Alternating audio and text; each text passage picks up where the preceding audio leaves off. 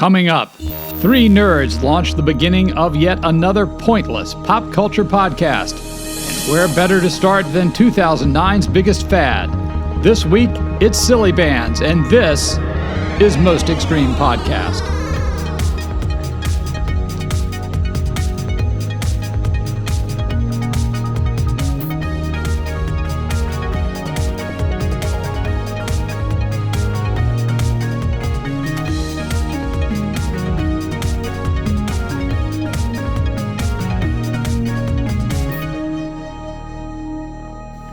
Welcome to Most Xtreme Podcast, the show where we discuss and analyze the enigma that is 2000s pop culture. I'm Brett Ellison. I'm Jonathan Snowdy. And I'm Jarrett Whitworth. And this is it. This is our first episode, which is super exciting. This has been, I guess, a month of planning. Very short planning of doing this thing. But yeah, I'm excited to hopefully see how this goes. And hopefully we can do this for a while. Mm-hmm. Yeah. Oh, for sure. But yeah, so I guess sort of a basis for where we're coming from and just sort of the relationship between us as the three hosts. We ran a summer movie camp for about 6 years together. Jonathan, you came around. You became you started as a camper at the camp, and then you came later to be a... Yeah. I think I started being a counselor in 2014. That sounds about right. And then you came in 2015? I know right?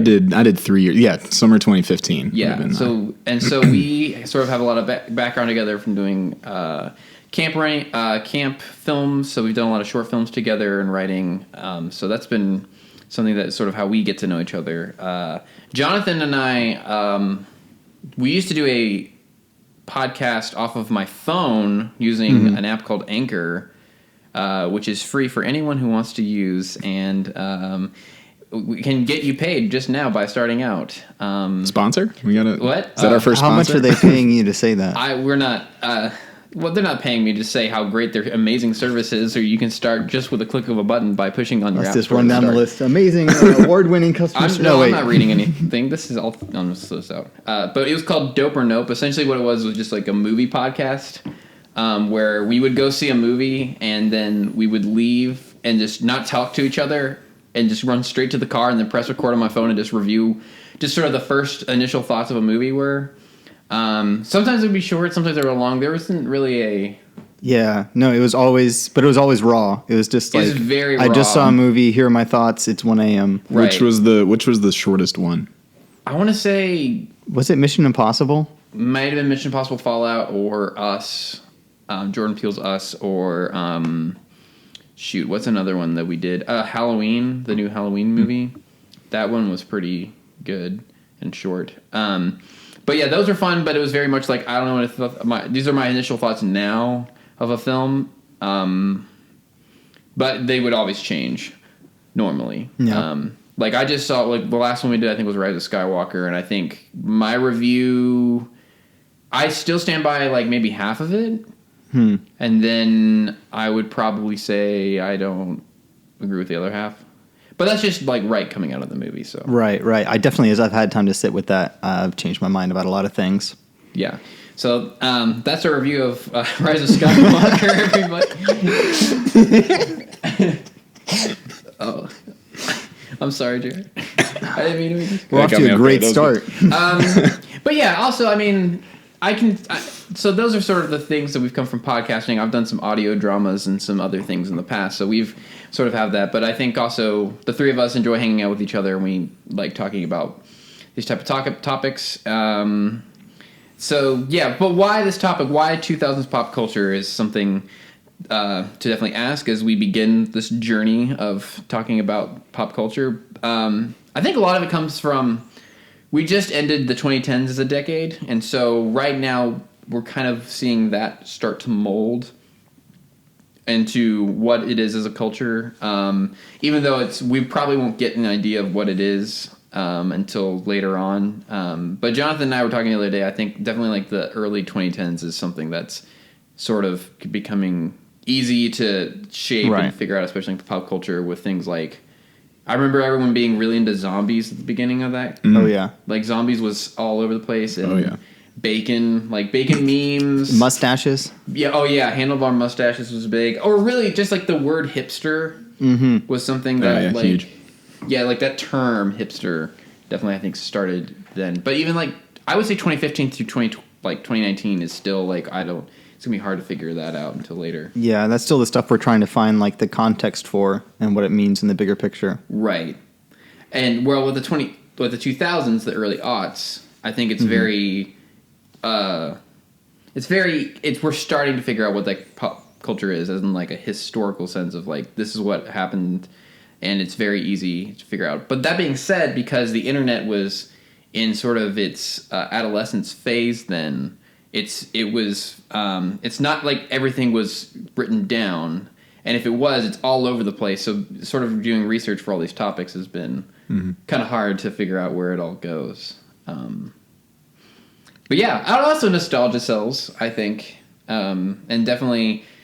I mean, you can look at any BuzzFeed article in the past, few years, and it's all remember the 90s. And so, and it's starting to become like, do you remember the 2000s? Yeah.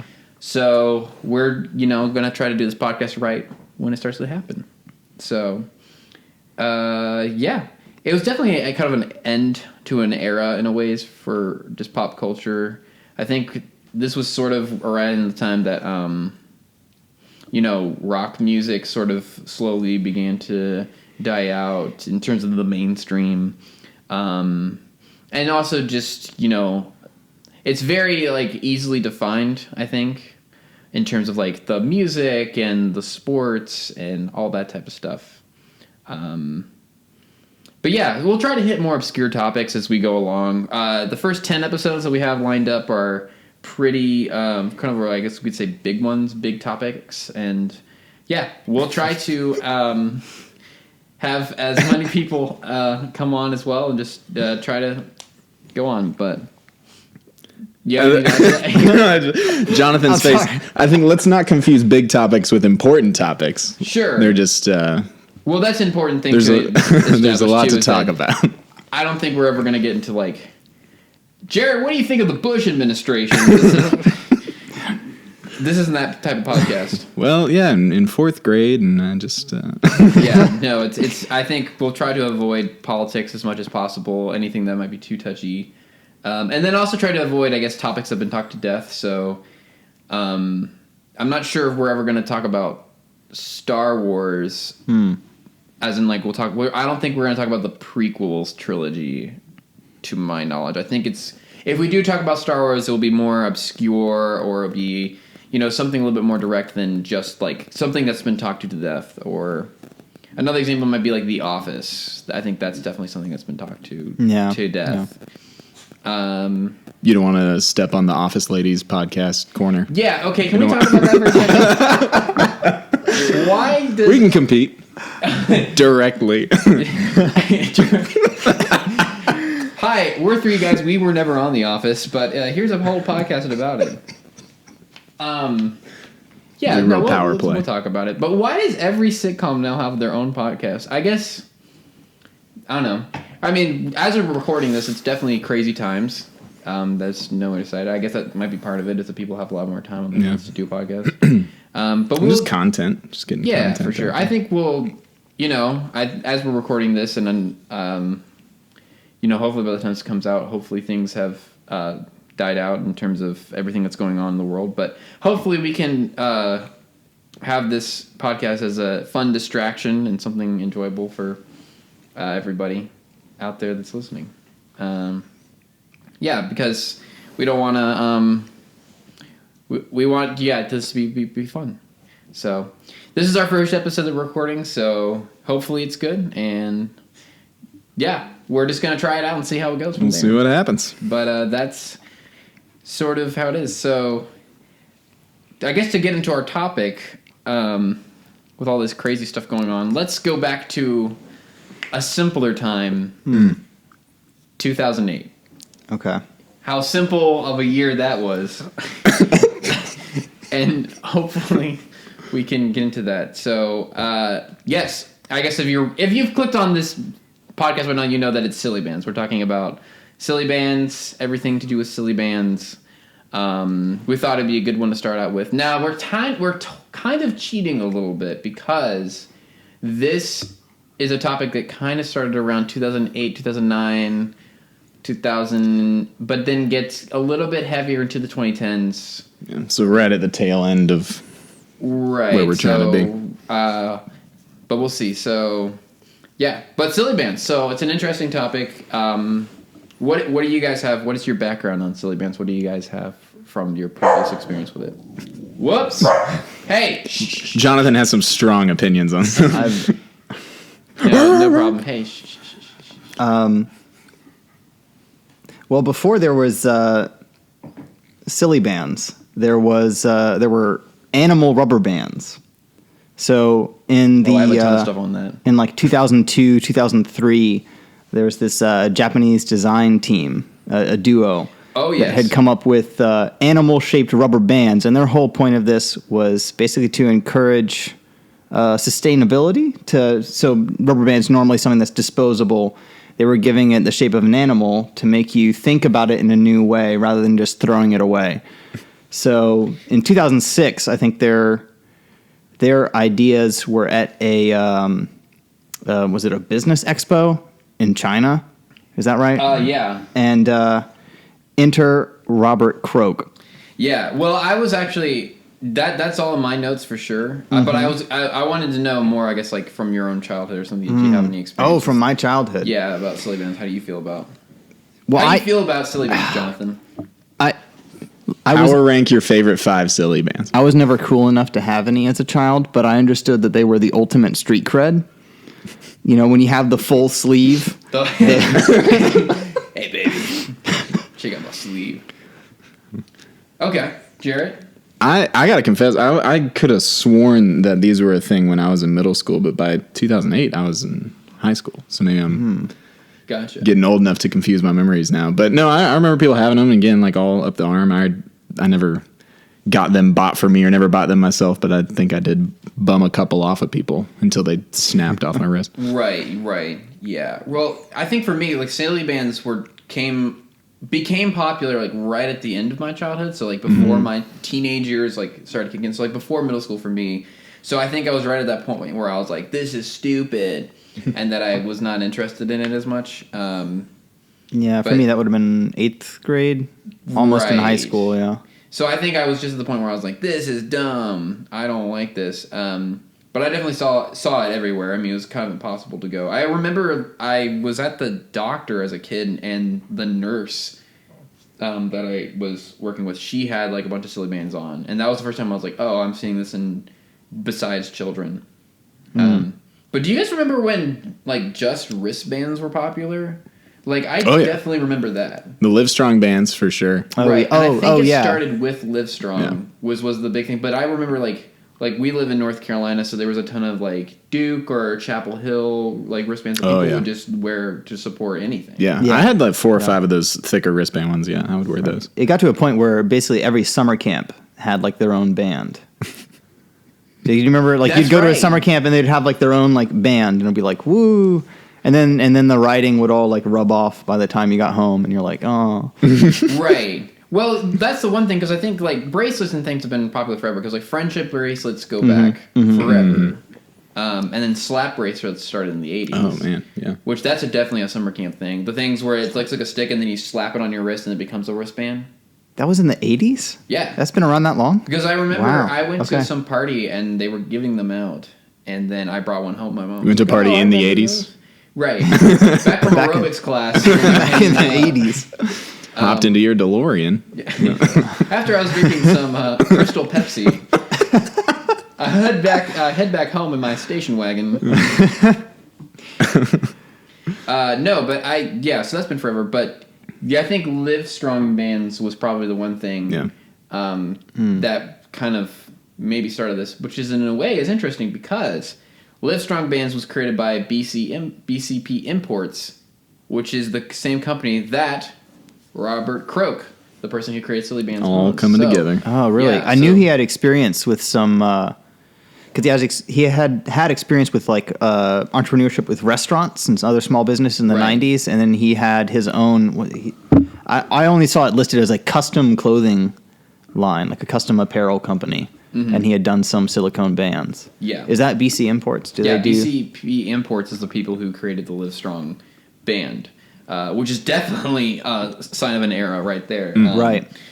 In terms of bands or something, the only thing that I wear is a watch. I don't have anything else on there. I've done friendship bracelets before in the past, but right now, I used to live in Japan, and when I lived there, I didn't have a phone for an entire year. So the only way I got around was by messaging people on Facebook and then just remembering what time it was. So I've had the same Ironman triathlon watch on me for, I don't know, 5 years. Another sponsor now. right there. Yeah. Just to talk a little bit more about Ironman watches. Ironman watches have been around for with a several Timex years. Indiglo. If you look at Timex.com, you can check out various types of digital watches just for all athletic uses. That's just a demo in case Ironman's listening and they want to. Just in case it gets back to them. What we're asking for is sponsors because we're just starting out and I'm behind. You already mentioned month's Pepsi. rent. I mean, that's Yeah, exactly. Crystal Go Pepsi. big or go home. Did they bring that back, Bristol Pepsi? I don't know. Okay. I couldn't tell you. But yeah, so Robert Croak. Robert Croak is the guy who is sort of the face of Silly Bandz, sort of the guy who created it, and the CEO of Silly Bandz as a company. And he is from Toledo, Ohio, and right now he has a net worth of $15 million from Silly Bandz. Wow. So, he's sort of, if you look up everything, he seems like a super nice guy. All the interviews I saw with him, he's very much sort of a textbook definition of an entrepreneur. Yeah. So I took a peek at his Instagram, and I'd say that's accurate. yeah, very much. If you want to like what you would expect an entrepreneur to be in terms of what he's done, that would be number one. So he's had experience with sort of the band thing. I kind of have, at least from my research, I kind of wrote it down in a linear fashion. I don't know about y'all, but to sort of give a background on him, there's an article from Inc. magazine that he did, and I have it right here, so I'll go ahead and read the beginning just to sort of give you an idea. This is from Robert Croak himself. He said, "It all started when I was 23 when I took over my grandparents' restaurant. During the 90s, I opened 2 more. I also started a concert promotion company and a custom apparel company, and I had some minor successes selling custom silicone bracelets online. I've always believed I've had one big hit because I've had so much going on, but nothing really ever took off. I remember my mom saying once, 'I don't understand why you don't just get a job.' I said, 'Mom, people like me don't get jobs. I've been working for myself so many years, it'd be odd to punch in a clock.'" Now, that's all great, Robert Croak, but I would say the majority of all of us, including entrepreneurs, at some point have to punch in a clock. Also, that's digital now, so yeah. Very much you can think of the textbook entrepreneur, the person who goes, "I'm not doing that. I'm my own man." Sorry, Robert, if you're listening. We're going to make fun of you a little bit, but you seem like a nice guy. You couldn't get him on the podcast, Jonathan? I tried. Did you invite him? No. Okay. But yeah, very much a self-claimed entrepreneur. So he did BC Imports with the Livestrong band for a while, and then the other one was Brainchild Products in 2003. Did you look into them at all? No, I didn't see that. Yeah, so Tell me more. Brainchild Products is sort of, the best way to describe them is they sort of make like products that you would normally see at like Dollar Tree. So they make like bottle openers, sling bags, like coin purses, like plastic coin purses. So stuff that you would probably see in like a prize box, or like at a prize counter. So cheap stuff that you can easily make for a bunch of people. But yeah, that's sort of the background before he became Silly Bandz. And as Jonathan sort of mentioned before, do you want to tell it again? Yeah, well, so as you mentioned, Brett, yeah, he's got experience as an entrepreneur. He's sort of the textbook picture of that. I think actually if you open a textbook in business school, you'll actually see him in there. Pop right out at you. Yeah, in 2006, he was introduced to the idea of these animal rubber bands that were, again, designed by this Japanese design team as to kind of create a dialogue about sustainability. But he saw them, and as he describes it, a few months later, sort of a light bulb went on. And he saw them in a new light as a way of, he could take this idea, modify it just a little bit, and then sell it as basically a collectible toy or a fashion item. And so I think the changes that he said he's made is, made them a little more detailed. I think if you look up the original animal bands, they look a little bit like animal crackers. They're like that level of like. I have a picture. If you squint, it looks kind of like an animal. Hang on, I have a picture of it because I can show you. Oh yes, bring that up. So if you know what Silly Bandz look like, we'll post this on our social media so you can see it. But here's what they look like. These are animal bands. They're pretty much the same thing. Yeah, that's the same thing. Yeah, right. But they're the same. Yeah. And like you were saying, it's sustainability. Right. So their whole thing was, I think that actually won an award, and I think they're animal rubber bands, and is it the Metropolitan Museum of Art? Yeah. Modern they're art? Huge. They're in there. So that's the predecessor to Silly Bandz. Right. Silly Bandz came later. So in 2006, he's introduced the idea. A few months later, he kind of gets, I can change this up, make them more detailed, a little bit thicker, hopefully more durable, and then we can kind of mass market these. Right. Fast forward to 2008, the peak of the Silly Bandz craze. They're selling over 1 million packs per week. Yeah, no, it's crazy. So I found the team that made the original Silly Bandz, and they're called Passkey Design. Yep. The designers are Yumiko Ohashi and Masanari Haneda. Mm-hmm. I don't know who they are. I know I live in Japan, but I've never heard of these people before. But they're it's very identical to what a Silly Band looks like, so there's nothing different. From his words, Robert Croak in that same Inc. magazine article says, I went to a trade show in China in 2006 and saw the rubber bands created by the Japanese designers. Months later, an idea came to me to make them bigger, thicker, and more detailed. Really from there, it just kind of took on. Like you were saying, it became huge. They're massive for sure. And then it's sort of a weird, kind of strange way on how they became big, if you think about it. So there's a CNN Business video, a YouTube video. Did you watch this? I know I didn't see that. Okay, so he's on CNN Business, Robert Croak, and he's sitting there with a polo that has the word Silly Bandz on it. And it's very funky words. By the way, it's spelled with a Z. It is. That's very 2000s. Yeah, very 2000s. Very like, we're going to market this to kids because Silly everything has a Z Bandz. at the end of it. Was Kidz Bop with a Z as well? Yeah. Right? Is Kidz Bop with a Z? Is that Mandela effect? Let me confirm. Okay, it's still. But yeah, so definitely, I think it became. It looked like it's. It's not just with a Z. Kidz Bop is all caps. Oh, there it is. Yeah, to bring it back. Should we do a Kidz Bop episode? Kidz Bop! Okay, here's the thing about Kidz Bop. Well, there's a bunch of things we can talk. This is probably its own episode at some point. But okay. Kidz Bop, their ads were always like infomercials. So it would always be like, Kidz Bop 15.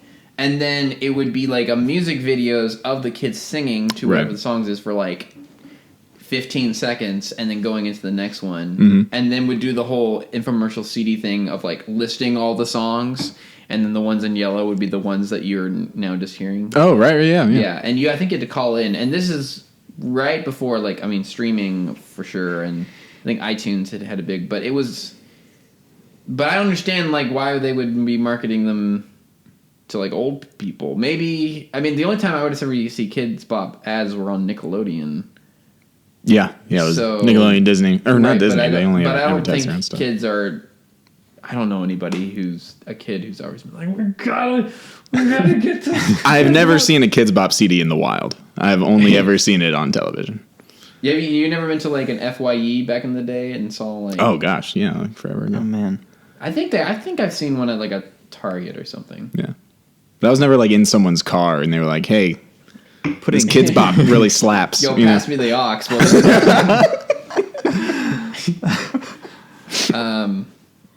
But yeah, okay, so Silly Bandz. Let's bring it back in. So Silly Bandz, yeah. So yeah, I think by 2008, 2009, that was definitely the peak of when they were selling, like you were saying, millions. Right. And I think in that week. same article, he says by 2010, it started dying off as a craze.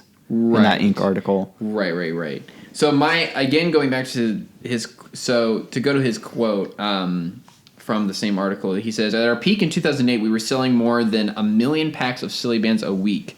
We had people driving to our offices from Alabama, Indiana, Kentucky, you name it, just because they couldn't get through on the phone, and they needed Silly Bandz to their stores. One day we were so overwhelmed with shipments and phone calls that we ran an ad on Facebook saying anyone looking for work, and we'd hire them on the spot. We had a line down the sidewalk. Our warehouse was full, so we had to set up tables outside the building, and we had people packing orders right there. So this is definitely huge. And they stayed in Ohio, so it's in terms of the warehouse and shipping.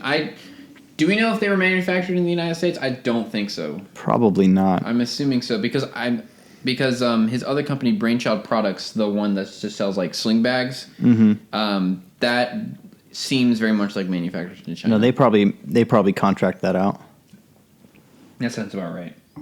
But yeah, what were you saying? The domain Silly Bandz is for sale. Yeah. So their official website is sillybandzonline.com. Are you on like GoDaddy or something? No. No. Just sillybands.com is up for grabs. That's all I'm saying.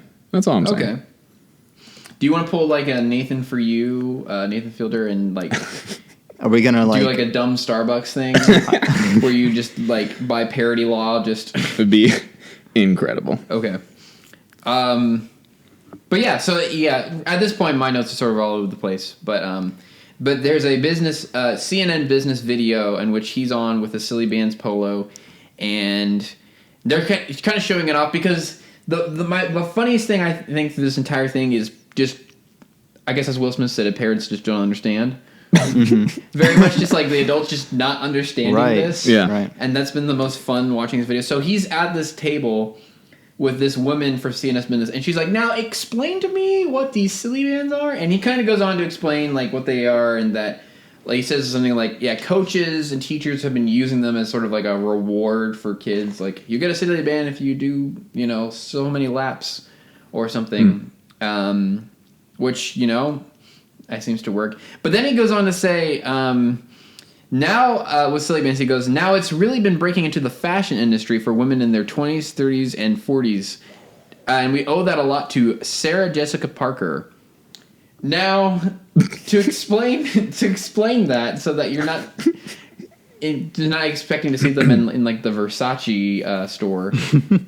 Essentially what happened was Sarah Jessica Parker, star of Sex and the City and many other things, was at a red carpet event, and her son gave her a Silly Band, and she wore it on the red carpet for a press screening. And that was one of the many things where it sort of like blew up. And it started coming into sort of the adult sphere. Right. And this is sort of around Sex and the City's like big and the movies are coming out. So I assume that she's a big enough star, because if you said right now, oh yeah, Sarah Jessica Parker is like a spokesperson for us, I'd be like, oh. You couldn't get like you couldn't get anybody else. Frank Oz. Frank Oz. I have an article from the New York Times from June 30th, 2010. I'll start off with just the headline: older audience for child's bracelet is not a stretch. Oh my. Yeah, no, it's funny how many people they couldn't understand it. But the other celebrities that they had sort of in this time that were like wearing it as I guess for fashion was Mary-Kate Olsen's, like the Olsen twins. Oh, there you go. Definitely, This is near the end of their career. Right. Are you suggesting that Silly Bandz had involvement in that? No, I just think it's not something I want to be saying. It'd be like saying if Alfonso Ribeiro was wearing them. You'd be like, okay. oh. Hold on. It's not the first person you would think of as like a huge star in that time. No. Is what I'm saying. Okay. But yeah, You get him doing that dance with the Silly Bandz though. Yeah, no, it's all over. It's like if you got Richard Karn from Home Improvement or something. Like, oh, going back to infomercials, how many ones of that guy does? But the big one was actually Shakira had an album cover called Sale El Sol. Sorry, I hope I'm saying that correct. Sale El Sol. Essentially, and it's her, and she has Silly Bandz on, and it's one of her albums. So that was one of the big ones that kind of got it big. Well, there were basically licensed packs for both the Kardashians and Justin Bieber. Yes, so getting into later, but yeah, for sure. That was once, I think had just hit its peak. That was like, what, 2010? Justin Bieber and Kardashians, which I don't think we're going to talk about those two. It's sort of become 2010s. Yeah. But Justin Bieber definitely got huge in 2010. Kardashians have been around for a long time, but the keeping up with the Kardashians, like reality television was something that was, I think, at its peak around 2009, 2010, even though it's been around for a long time. But the craze where everything had a reality TV show, I think, was later. Now, the other thing I've found is this incredible press release from Quiznos. Okay. Announcing we that we have the same one. Announcing that now served alongside Quizno Kids Meals will be 3 Silly Bandz, a pack of 3 Silly Bandz. So they're explaining to basically everyone what Silly Bandz are. So I think you had a chance of getting something from either the Space Pack, the Sports Pack, Dinosaur Pack, or the Rock and Roll Pack. Let me just read this. So they describe what about Silly Bandz. I have the same press packet. Yeah. Let me just read the first few sentences. Not since the Beanie Babies of the 90s has a children's entertainment trend taken the world by such force. Silly Bandz created its $100 million toy empire through the sale of small rubber pieces of collectible jewelry. Yeah. Silly Bandz, which hold their shape when not in use, come in a variety of shapes, which include basic shapes as well as holidays, seasons, animals, music, fantasies, sports, and licensed shapes.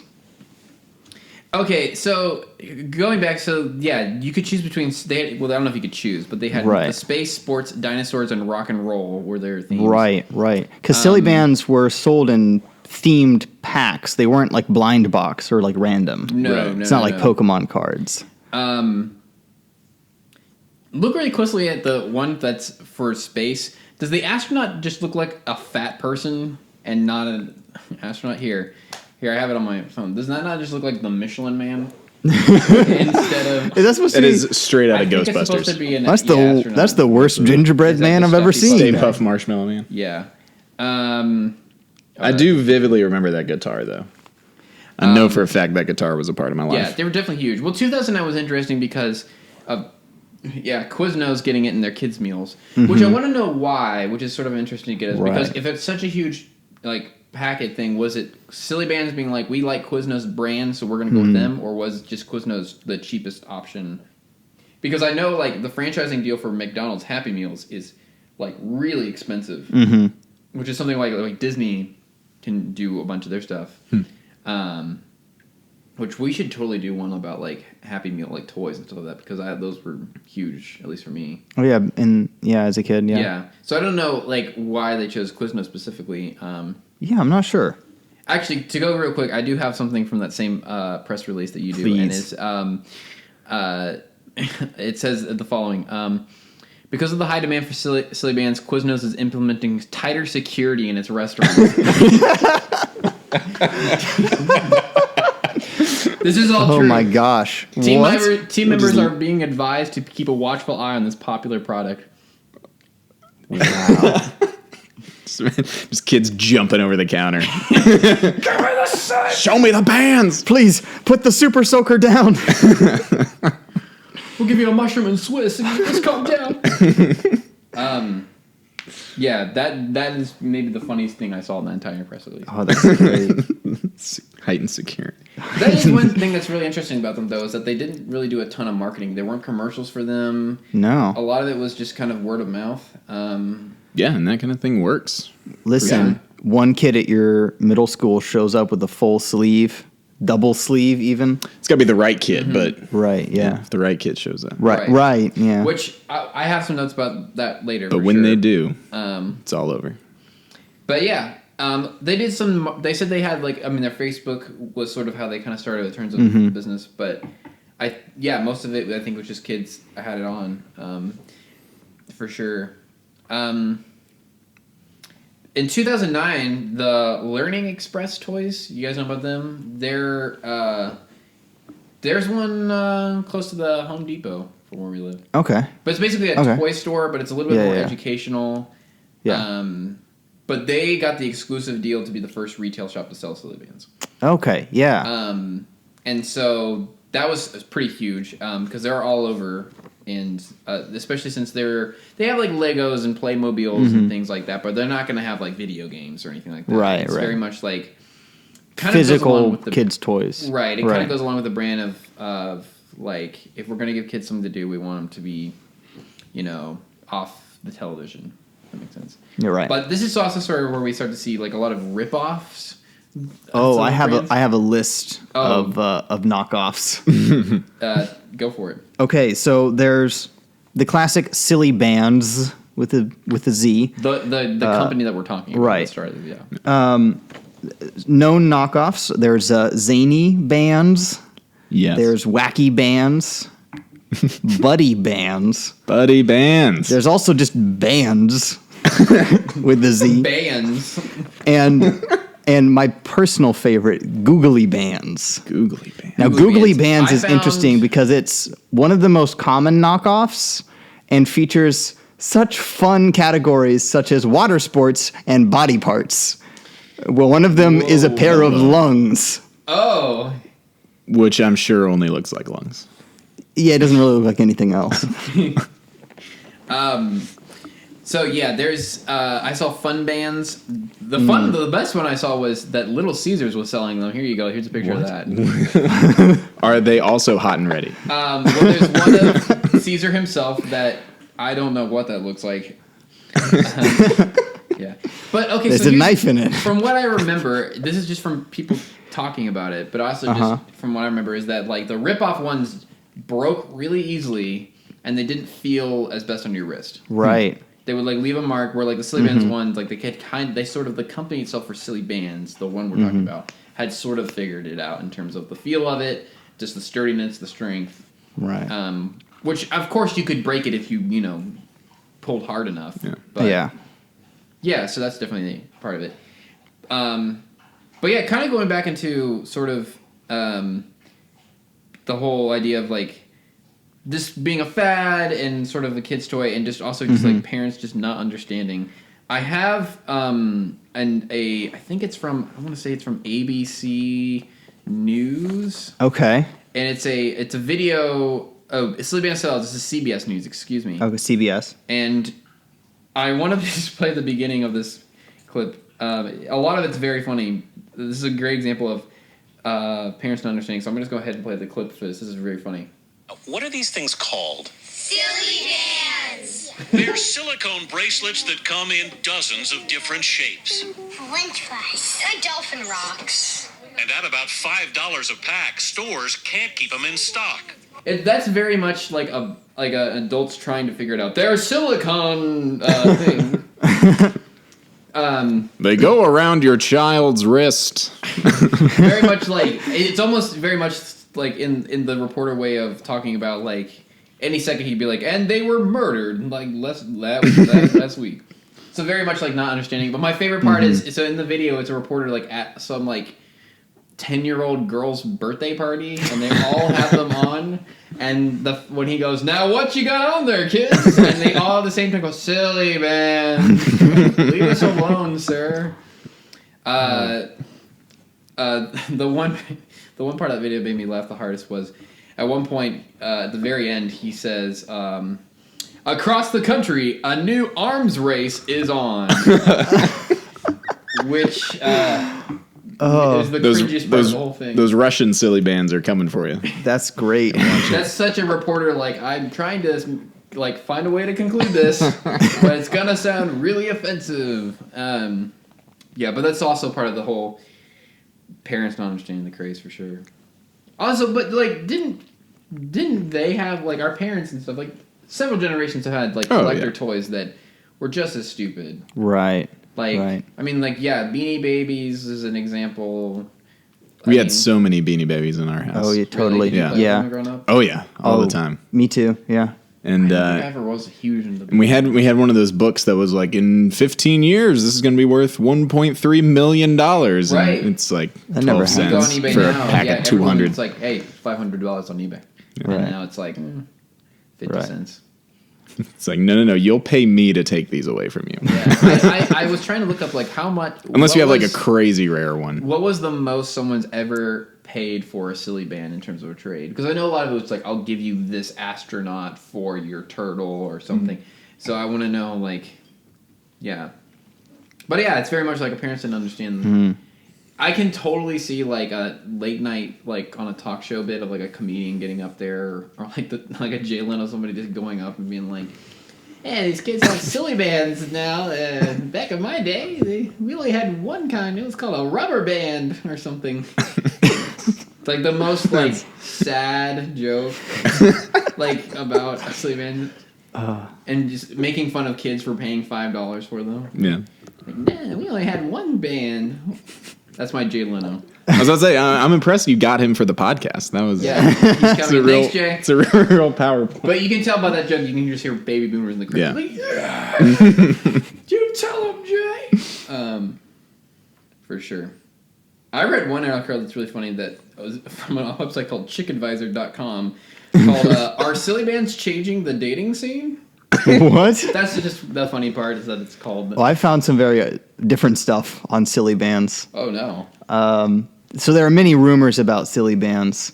The most benign of which I've heard is that if your child leaves them in their pockets, it will destroy your washing machine. Oh, for sure. I haven't found anything that will sort of corroborate that story, but I did find a semi-sketchy WordPress site from about 2010.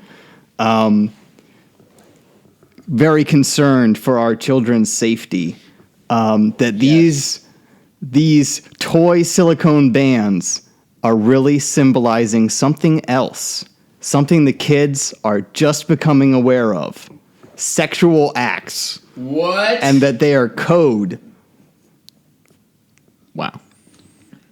Yeah, no. Galaxy brain.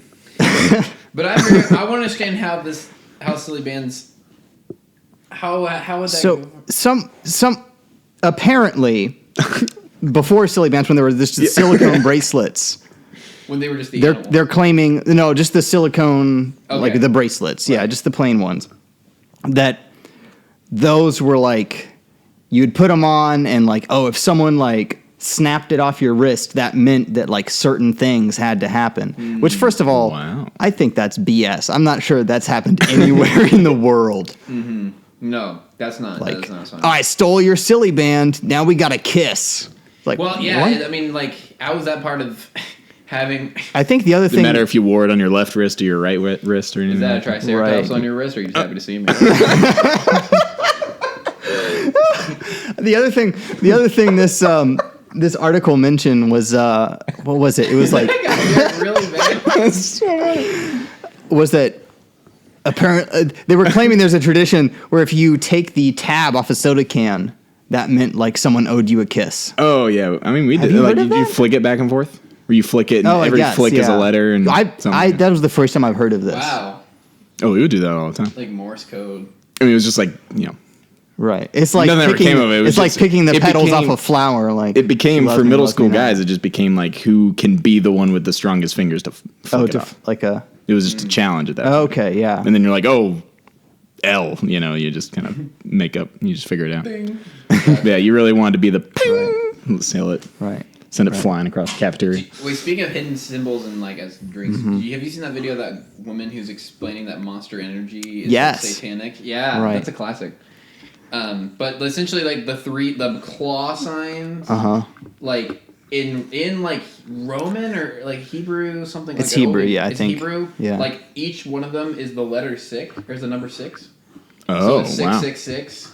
Right. Yeah. And then, like, the O in the monster is like an upside-down cross. The best part of that video is she looks right at the camera and goes, "Now, do you know what a MILF is?" Oh, whoa.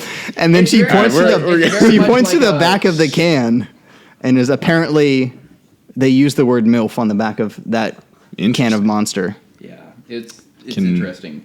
I've never. But she's got her whole thing down on like what this means. At one point, I think at one point she says something like, "And you know it's a cross upside down because when you drink it, it's upside down because your bottom's up, you're going down."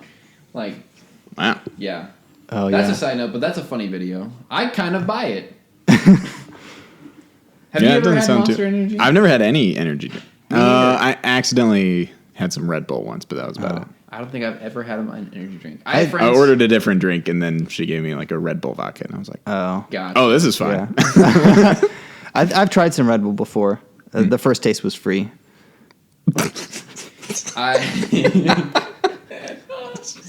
Jonathan. Jeez. Coming in hot here, Jonathan. Did you get wings? No, sadly. Yeah, I have friends in college who would just like every time I see them in the library, they'd have like energy drink. Yeah, no. Yeah. I never When got I worked that. in fast food, pretty much our entire kitchen was like hooked on this stuff. Yeah. Yeah. Just pyramid cans of empty energy drinks. and Yeah. stuff. So, yeah, I don't know. That's not for me. I mean, Excuse I drink me, coffee. there's a energy drink can in my fries. I asked for Dr. Pepper, not an empty Monster energy drink can. Full throttle. But yeah. Oh, so going back to Silly Bandz. What were we talking about earlier? So bringing it back. So, in 2010, Silly Bandz won what's called the Taggy Awards, which is the Toy and Game Inventor Awards for excellence in toy design. Perfect. Yeah, and and Robert Croak did a really good speech. He was just like, "Hey, this goes out to the team back in Ohio. Like, very much. It's a cool award. It's very much the nerd awards of like, we sit around here inventing toys. We should have our own like Oscars or something." Right. So You can't just keep congratulating the Rubik's Cube every year. and the Rubik's Cube wins again. How many? Surely Transformers won something. I don't know how it works because this is Hasbro like the Pixar of the animation where they keep winning over and over again. Animated picture. Yep, we got it. It's a Sign us up for that. It's just whatever movie comes up. yeah. I'm not sure. But yeah, and that's pretty much my for the most of my notes. And I was going to talk about So there was a Kardashian Silly Bandz, Yep. Justin Bieber ones, but the physical bands themselves were the only things that ever happened to Silly Bandz. Mm-hmm. There was also a video game. There were two technically. Okay. Because there were two versions of the game. One version was released for the Nintendo DS in what year was that? It was November of 2010. And then I think like a month later they had a very different version of that game come out on the iPhone. And that game was literally like Angry Birds. Right. Was actually, I let think me that it check. did. When did Angry Birds? I think it might have been like the year before. Yeah, if you look at the Silly Bandz It's around that DS time. game, it looks just like a straight ripoff of Angry Birds. Right. So Yeah, I tried to download it. I couldn't find it. on your DS. No, on my on my phone. No, I you was trying can to play the iPhone game. They have it on Amazon for the DS. It's like $7.95. What? How is it still that I was expensive? seriously thinking There's only about- 3 left I in was- stock. Better act quick. Hey, $500 on eBay. If it was less than $3, I would have bought it. Right. Um, You know it is not quite less than $3. A 24-pack of Silly Bandz, also available on Amazon. yes. I will not be purchasing that. No. But yeah, so I don't know that much about the game, other than it very much looks like you just like There's- fling a Silly Band and then you hit like some blocks. Right. I don't think there's that much depth to it. No. From what I saw in the trailer, it seemed like maybe different shaped Silly Bandz have different powers, like the different colors of birds and Angry Birds have different. I think on the iPhone one, when you have like a bird shaped Silly Band, it like transforms into a bird when you throw it. Oh. Okay, that's just completely ridiculous. On the DS one, it's literally just like they're not even like shaped like animals at that point. They're just like round. Well, I think the one example I saw was they shoot the guitar one and it hits a box or whatever you're trying to knock down. It goes, like it gives a little whammy bar action. That's funny. That's perfect. Yeah. Cool. Well, that brings me into we're gonna definitely talk about this with some other topics coming up. But okay. This whole idea of like kids' toys that are like built on collecting. That's the whole idea of them.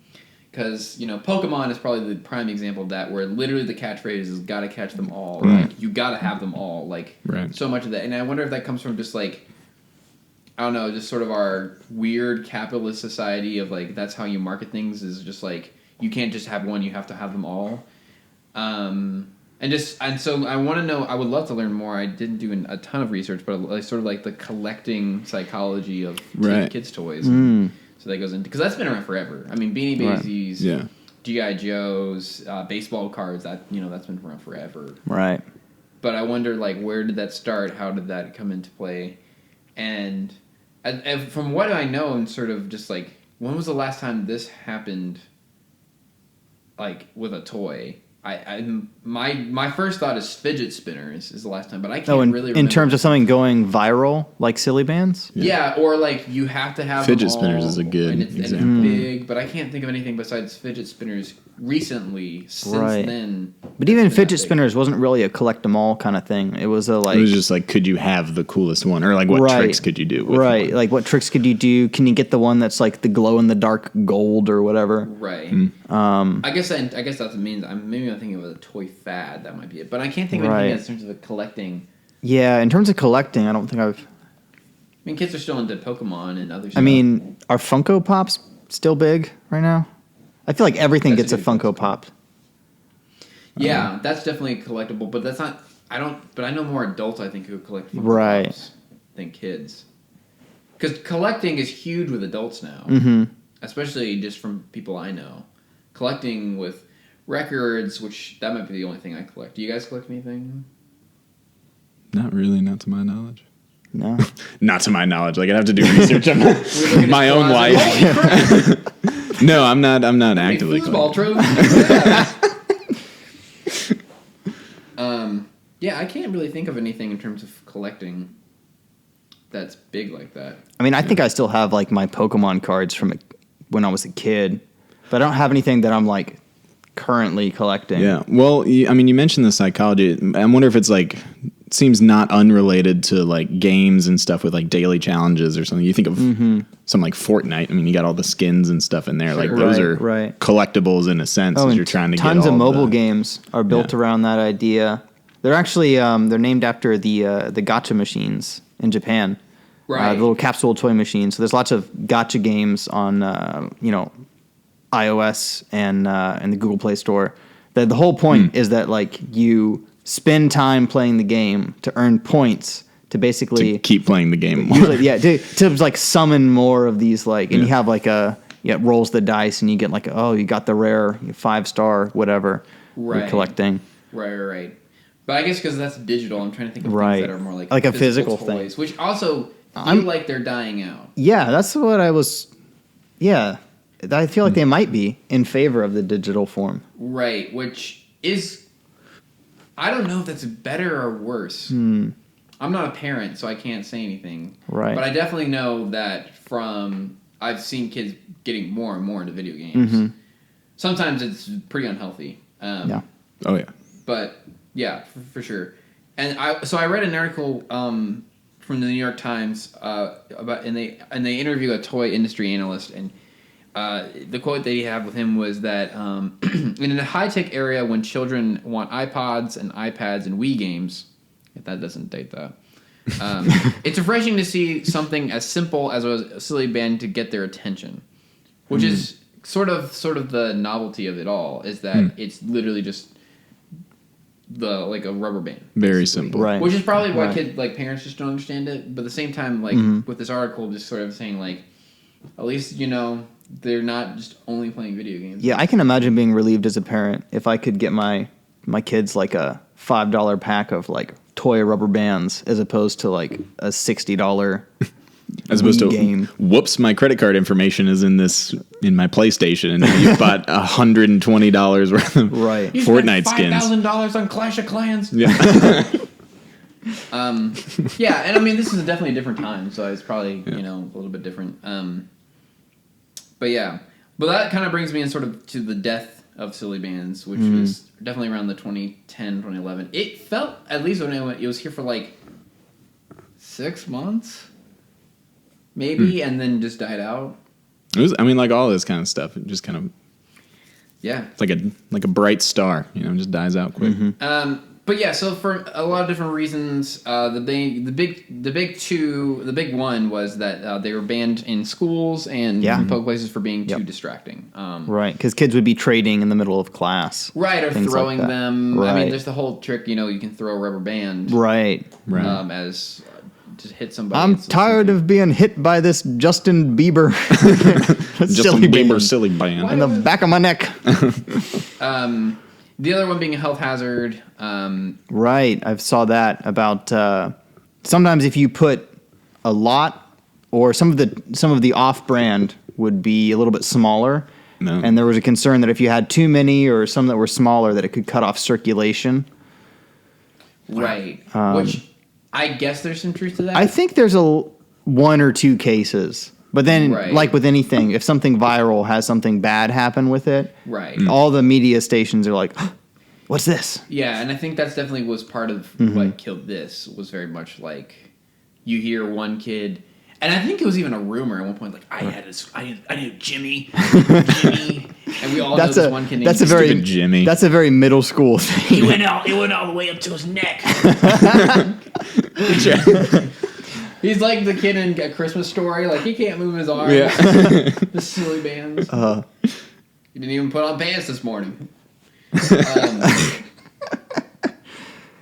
There was also all silly bands. There was also the rumor that Silly Bandz were made of recycled old condoms. Yikes. Yeah, that was another reason that they kind of died. Is that That's no good. But that feels like anything fad wise. Well, that's dies out because of some stupid rumor. right. That rumor is like only holds up until you think about it for 2 seconds. Because how are you going to recycle that? But parents will believe anything. Right. Yeah, and that's part of this. They'll be like, what? And or maybe we'll look for any reason to stop paying $5 a pack for their. Right. Which I got, the only ones I think I ever And we're done bought, buying these. I got for free. Like, I don't want this one anymore. Yeah, I just got them from friends. So, but yeah. Oh, and I did read a really funny article sort of about the end of it all. The fun part is that the name of the article is Silly Bandz apparently making kids too silly. Which it's just funny to me, just picturing kids just like sitting there quietly, and the minute they put it on, they're just like, "Oh, Like the Joker. I'm too silly. I can't control it." Hysterical. Competing news psychotic station, the bands are making the kids too bandy. I can't do this. This is- I can't hold on too much longer. I mean, the point they're saying is that they can't control themselves in class because they're just playing with them too much. But Right. still, I just like the idea of that. I feel like that's it just any makes them kid too with like a silly. pen. This like Exactly. Oh, yeah. clicking their pen. Which, I mean, that was the whole thing with fidget spinners. Is Yeah. that fidget spinners were distracting in class. I'm pretty sure I got yelled at in school at least a dozen times for like tapping my foot. Oh, so context. Jonathan and I know each other. We went to school together. Yeah. Elementary school, and I would doodle constantly in class, and I would get like my notebook taken away all the time. And I think it was a mixture of just I don't have ADD or anything, but I just a way for me to pay attention, and also I didn't care about anything the teacher was ever saying. Weren't you homeschooled? So is this your mom taking your... Yeah, so we did Jonathan just lived at my house. No, Jonathan and I We had we did it was like a co-op homeschool thing Yeah. together. All right, so you were going around. You were Yeah, Right. And then We're not just insane. Your mom hated your doodles. Yeah. Brett, these are terrible. My mom doesn't talk like Ricardo Montalban. Sorry, Brenda, if you're listening. Sorry, Mom. I love you, Mom. But yeah, so that's pretty much it. So, Robert Croak now. Where is he now? The epilogue. The most recent thing I've seen, I think it's his second most recent post on Instagram. All I've seen is, it's a video. All I've seen is the thumbnail that just says sanitizerbands.com. Whoa, what? I did not see that. Let me look this up real quick. Could be big. I think he's... Could be big. I have not looked into it at all. Sanitizer bands. Sanitizer bands. I want to say... I want to say the idea is that they're... sanitizer bracelets.com. Oh, okay. I wanted to say the idea is that you have like hand sanitizer in like a bracelet, so you always have it with you, and it's something that you don't have to worry about, like, is it in my back pocket or my purse, or did I leave it in the like glove compartment? Just on your wrist. Okay. I don't have anything else to say. I was like, is there more to that? Oh, so that's what he's working on now. I guess that's what he's working on now. Gotcha. So I think all the other pictures are like him and his wife. That's my other thing, because if you just Google Robert Croak, most of the first things you pull up is just that his wife is half his age, and people are angry about that for some reason. But they seem to be in love. Well, they seem happy. Yeah, they seem nice. Yeah. And just the first thing is like, Robert Croak, the CEO of Silly Bandz. His wife is half his age. Yeah, that's a problem if he's younger than like 34. No. Yeah. But, yeah, Oh. no, so... do they have a web? Here we go. The Antibacterial Wristband. Oh, here we go. Stay well with the official Sanitizer Bracelet, trademark.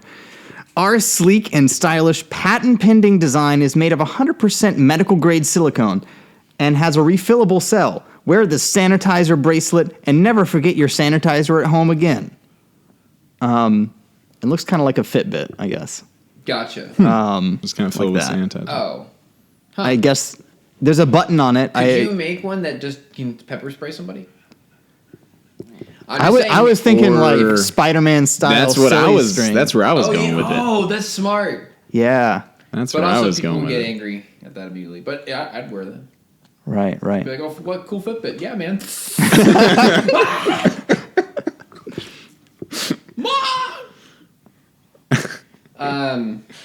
But yeah, so in terms of Robert Croak, the only things that he's done that I've seen, he did a Reddit AMA not too long ago. That was pretty interesting, just sort of how he felt about what's going on, sort of thing. He was on the show High Stakes Poker on ESPN, and he lost big time. So he did not make a lot of money on there. That was, a lot later on, but he was on High Stakes Poker, so guess he likes poker.